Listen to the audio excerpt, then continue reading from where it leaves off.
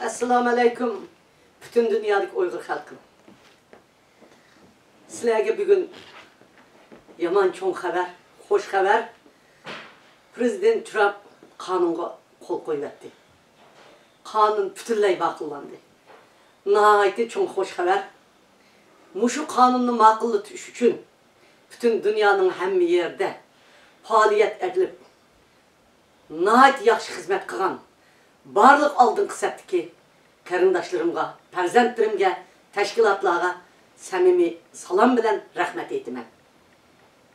Bunun için keç gündüz capa tatkan Amerika Kongresi'nin içindeki barlık kongres azaları ve senatörler Marco Rubio efendim, Christopher Smith, James McAvoy, Nancy Pelosi hanım ve Xitay Komitetikiler, State Departmanı'ndaki Suzan hanım ve barlık Pompeo efendimle hem Aksaray'ın içindeki Muşu'nun için hizmet köketken bizim kızlarımız hem mınlaga nait çok zor rahmet etmem.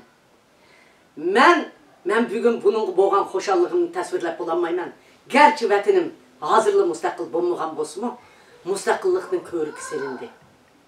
Mana bunun için, yani Muşu'nun için hizmet kılan kişilik hukuk teşkilatları, Tamlantos Foundation, Amnesty International, Human Rights Watch, Freedom House, Muşu'nun hemisi bizim bu kanunumuz için hizmet kıldı.